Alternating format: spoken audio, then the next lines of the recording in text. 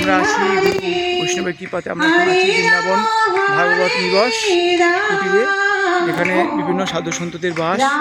সেখানে আমরা একটু আগে কীর্তন করলাম, প্রসাদ পেলাম।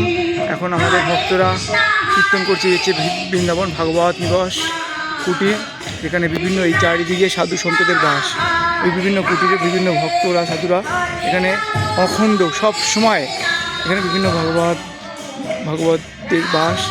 বিভিন্ন সাধু সন্তরা এখানে অখণ্ড বিভিন্ন কুটিরে বাস করে আছেন। আর ওইদিকে তার কুঞ্জন দেয় এবং তাদের যে সমাধি দেওয়া হয় সেই সমাধিগুলো ওপারে রাখা আছে, মানে ওখানে ওই ঘেরাওটা ওখানে সমাধি দেওয়া হয়।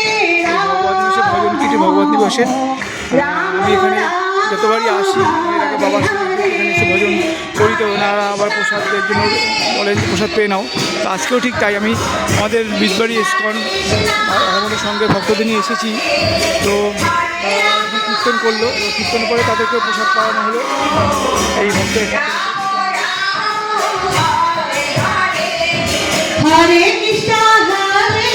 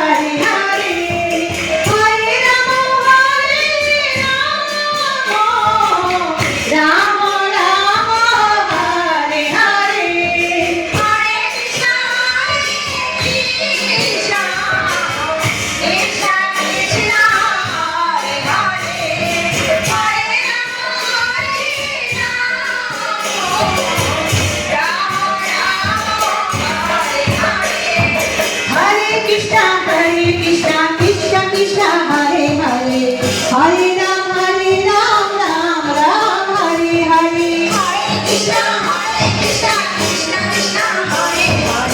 আপনারা সবাই দর্শন করলেন এই ভাগবত নিবাসে ভজন